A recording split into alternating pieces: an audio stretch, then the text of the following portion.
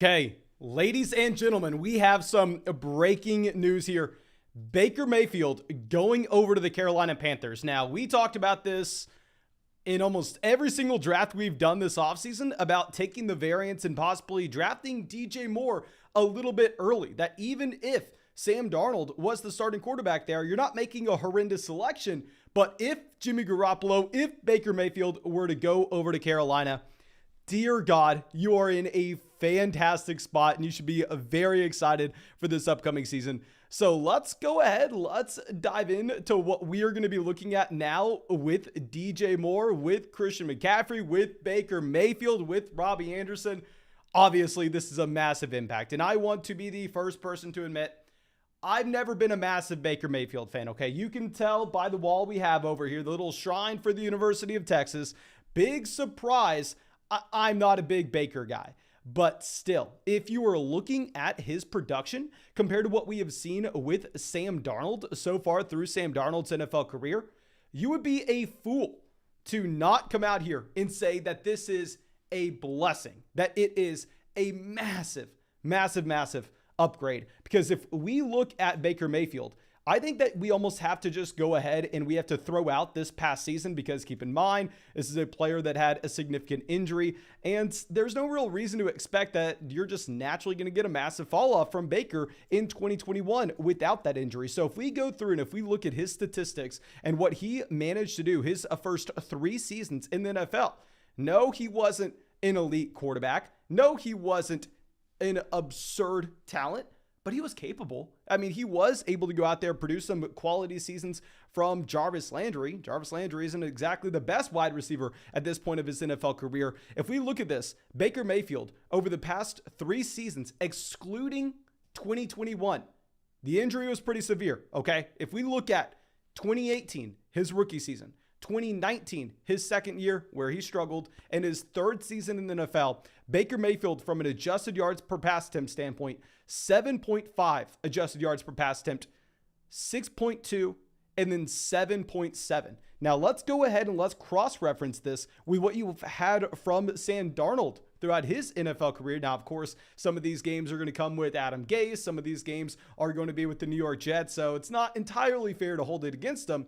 But it's not like Baker Mayfield stepped into a fabulous organization in a fantastic situation in Cleveland either. And if you're looking at Sam Darnold, 6.1 adjusted yards per pass attempt, 6.4, 5.2. And then this past season, he was the worst quarterback in the NFL at 5.2 adjusted yards per pass attempt. So it was safe to say that, hell, Sam Darnold was going to be a bottom 3 quarterback this upcoming season. And now you are probably going to have average quarterback play with Baker Mayfield. And going from a bottom 3 quarterback in the NFL to average quarterback play, that's a massive win. That is an enormous win for DJ Moore. Let me go and look at DJ Moore in our 2022 fantasy football draft guide. I know we've had a million questions regarding this draft guide and when it's going to be available. I am sorry, it's not available yet. I'm working my butt off. I'm hoping that we are going to get it done this week and I can get it to y'all next week. Now, for everybody who's already pre-ordered the draft guide, of course, thank you. I know I told y'all it'd be out early August. We're getting it out early for y'all. But let me pull up this draft guide so we can dive into exactly why I have been excited about DJ Moore, a wide receiver that has been dominant in a piss poor situation. This is someone that if you're looking at what matters, if you were looking at his target volume and his ability to just command a large portion of his NFL offense, DJ Moore is the perfect example of a wide receiver that we can buy low on now that he has good NFL play. Quarterback play. Because if we go through over the past 3 years, the incredibly young DJ Moore, he came into the NFL in 2018 at 20 years old. And over the past 3 years, you've had on average about a 24.5% team target share for DJ Moore in Carolina. Now, the issue with DJ Moore is he's finished as barely a top 24 wide receiver, on average the wide receiver 22 over the past 3 seasons. And this was because the situation he was playing in. If we go down and if we look at DJ Moore's starting quarterbacks throughout his NFL career, Sam Darnold, PJ Walker, Teddy Bridgewater, Will Grier, Kyle Allen, Taylor Heineke, and Cam Newton. Yes, the name is fantastic. Cam Newton, MVP, Great quarterback, but not the Cam Newton that DJ Moore played with. DJ Moore played with shoulder falling off his body, Cam Newton who can't push the ball down the field further than 10 yards, Cam Newton that was a complete corpse at his last season in Carolina. So if we go ahead and if we look at an adjusted yards per pass attempt standpoint, on average, DJ Moore has had a quarterback with a 6.05 adjusted yards per pass attempt throughout his NFL career. That would have ranked 28th in the NFL this past season. So on average, DJ Moore has had bottom 5 quarterback play throughout his entire NFL career. He's never seen anything else other than the worst quarterback play in the NFL. And with this horrendous quarterback play, the main thing that's going to be affected is his expected touchdown rate in the offense, because this team's not going to have many trips to the red zone. This team's not going to have many sustained drives. So you've seen the touchdown rate for DJ Moore under 3% so far his NFL career. That's very bad, but it is dependent on the quarterback play. And we know touchdown rate is going to be the most volatile statistic in fantasy football. So now this is how DJ Moore accesses his elite level ceiling, because we've already established he's an elite level talent. If we look at wide receivers that are 24 years old or younger, that in a season accounted for a 29% market share in their offense, you have Odell Beckham Jr., DeAndre Hopkins, Justin Jefferson, AJ Green, Mike Evans did it twice, Jarvis Landry, and DJ Moore. Those are the only guys that have been able to do this. This is why I've been drafting DJ Moore nonstop on Underdog Fantasy. Let me go ahead, pull up Underdog real quick, give y'all some information on where DJ Moore is going right now in fantasy drafts, where I think he is going to be going. So at this time, I will admit, y'all know we've done like 300 fantasy football drafts at this point. So we have a ton of these. I'm hoping that I have as much DJ Moore in these drafts as I think I do. Let me pull this up. Let's see what percentage DJ Moore I have. DJ Moore, 14% drafted. Let's freaking go, ladies and gentlemen. And if we look at his ADP compared to the other players in this range, you have DJ Moore on Underdog Fantasy. Real quick, if you want to go get in some real money fantasy football drafts, make sure you go do so on Underdog Fantasy. Ton of fun. The number one place to hop into real money fantasy football drafts this season. I've already done over 300. I am an addict. Nothing's more fun. You can draft with us on the live stream. You can go and draft in a public lobby. Most importantly, you can just have a ton of fun. When you sign up and use promo code FLOCK, that will match your first deposit dollar for dollar up to 100. You'll get our 2022 rankings, my dynasty rankings, my dynasty rookie rankings. You can find the link to join our next draft, which we'll be drafting tonight. Don't y'all worry. You can join that draft with the link in the comment section. You can join that draft with the link in the live chat, link in the description of the video. Y'all can find it anywhere. But if we head over to Underdog Fantasy to see where DJ Moore is currently being drafted, DJ Moore currently being drafted as the wide receiver 18. So this is what we said. If Sam Darnold was the quarterback in Carolina to start the season, you're not jumping up and down with DJ Moore at this price point. It's fair. It's whatever. He's an elite level player, but he's in a horrendous situation. But if Baker Mayfield were to get traded, DJ Moore now easily has to go over Jalen Waddle. That's a no-brainer. He has to go over Travis Etienne. That's going to be a no-brainer. He has to go over Courtland Sutton. That's a no-brainer. Right now, he's being drafted behind Courtland Sutton and Hollywood Brown. I would say you need to have DJ Moore above Michael Pittman Jr. Now, that's going to be easy for me. I think he's right in line with some of those elite level running backs like a James Conner, like an Alvin Kamara, like a Kyle Pitts at tight end, given the fact that on Underdog, people are so wide receiver heavy. So now DJ Moore went from a player that you used to be able to get at the beginning of the 4th round. I'm sorry, it's not happening for you anymore. DJ Moore is now going to be a mid-3rd round selection. I think it's going to go back-to-back with like Mike Williams and Michael Pittman Jr., who are currently going as wide receiver 13, wide receiver 14. I wouldn't be surprised if he slides over those guys. Now, you know, those aren't necessarily my favorite picks. We actually let that video publish today where I was talking about Mike Williams with an ADP of wide receiver 13 and Michael Pittman Jr., wide receiver 14, going at pick 28 and 30, going ahead of Josh Allen, Alvin Kamara, James Conner, Kyle Pitts. Those were some of the worst picks in fantasy. Well, now, let me know, who do you prefer in drafts at this point? Rank these guys in the live chat for me. Of course, thank you so much for everybody who's come out to the live chat. Who do you prefer between DJ Moore, Michael Pittman Jr., and Courtland Sutton? We'll throw Mike Williams into that list. Is it unanimous? You still prefer Mike Williams and Michael Pittman Jr.? Or is DJ Moore now in that range?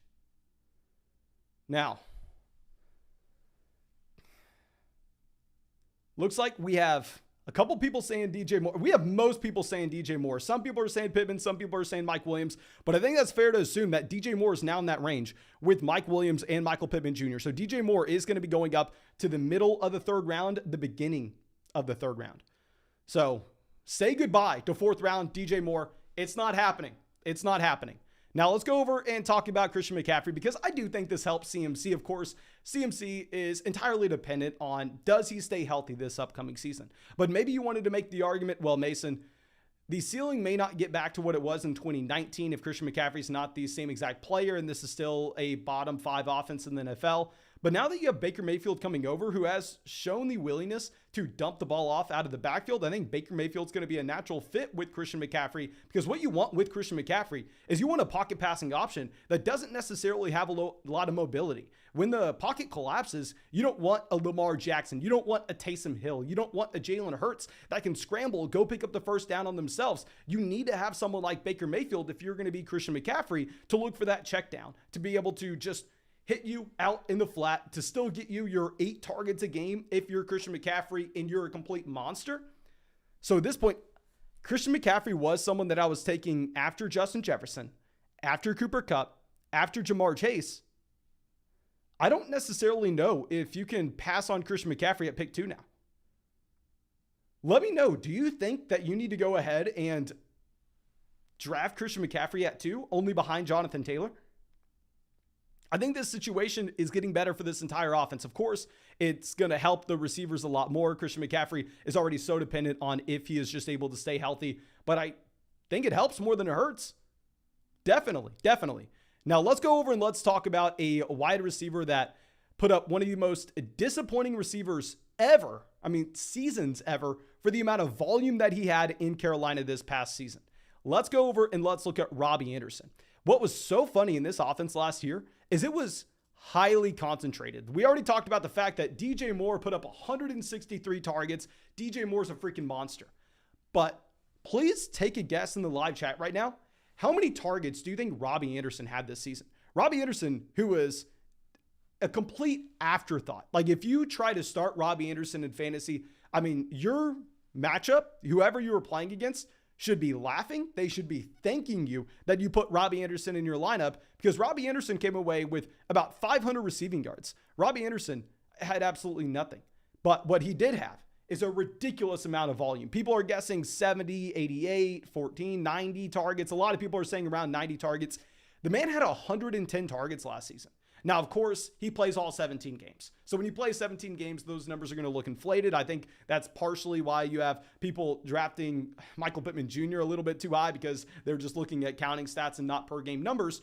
But here with Robbie Anderson, the point of this is it's an extremely concentrated offense. 163 targets to DJ Moore, 110 targets to Robbie Anderson. The running backs, of course, are going to get theirs. The next players, oh my gosh, this is crazy to look at. This is one of the craziest target trees to ever look at. Here, you have DJ Moore 163, Robbie Anderson 110. And then after that, the leading players in targets in this Carolina Panthers offense, running back.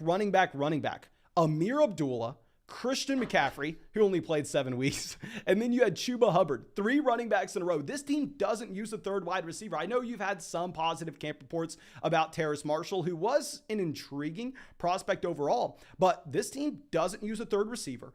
They are going to obviously filter some of that target share over to Christian McCaffrey if he manages to stay healthy, and that's not necessarily going to be going to Robbie Anderson this upcoming year. But you don't have to worry about those players just leeching on to this offense. You don't have to worry about, say, a Cedric Wilson in Dallas last year, where it doesn't matter that Dallas is the #1 team in the NFL in points scored. They don't necessarily have any elite level assets because they spread the ball out. They give a little bit to Lamb. They give a little bit to Amari Cooper. They give a little bit to Gallup. They give a little bit to Cedric Wilson. They give a little bit to Dalton Schultz. They give it to Zeke. They give it to Tony Pollard. And when it's so diversified in that offense, it's hard to ever expect that you can comfortably rely on a given player, because they can end up being game plan dependent.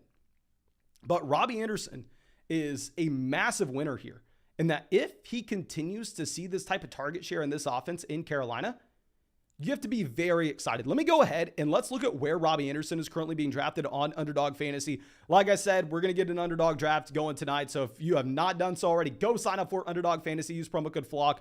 Find the link anywhere. Ton of fun. The number one place you can draft your real money fantasy football teams. But if we're looking at Robbie Anderson, this is a wide receiver. Dear God, I'm still scrolling and I don't see him. Where the hell is he? He's going as the wide receiver 75. This is a player that just had 110 targets. He is going behind, oh, you're going to laugh at this. Robbie Anderson is going behind George Pickens, Sammy Watkins, Alec Pierce, Marvin Jones, Corey Davis, DJ Chark, Jalen Tolbert, KJ Osborne, Joshua Palmer, Van Jefferson, Devontae Parker, Jahan Dotson. I think you easily have Robbie Anderson as a riser that he has to at least go to that Jahan Dotson, Jacoby Myers, Jamison Crowder tier, right? You have to at least be pushing Robbie Anderson from about wide receiver 75 to minimum, and I'm speaking minimum, wide receiver 61, 60 in that area where you have guys like Jameson Williams, Jahan Dotson, guys with upside, and then players in great offenses like McCole Hardman and Jamison Crowder. But regardless, this is just exciting for the entire team. Now, I know we saw someone in the chat bringing up Tommy Tremble. I can't get behind it. I understand the thought process that this is a tight end that's not going to be going out there and blocking, yada, yada, yada. But still, I think if you do have Christian McCaffrey coming back in and Christian McCaffrey soaking up 16, 17% of this team's target share, and I believe Ian Thomas is still on the roster. Obviously, Ian Thomas, a little bit more of an inline blocking tight end. Ian Thomas is still going to be there. This is a tight end that had 30 targets last season, where, yeah, Tommy Tremble had 35. But still, if they're going to eat into each other a little bit, I still don't think there's a viable tight end in Carolina. It's hard to get too excited about Terrace Marshall as anything more than a deep dynasty flyer. But from a best ball perspective,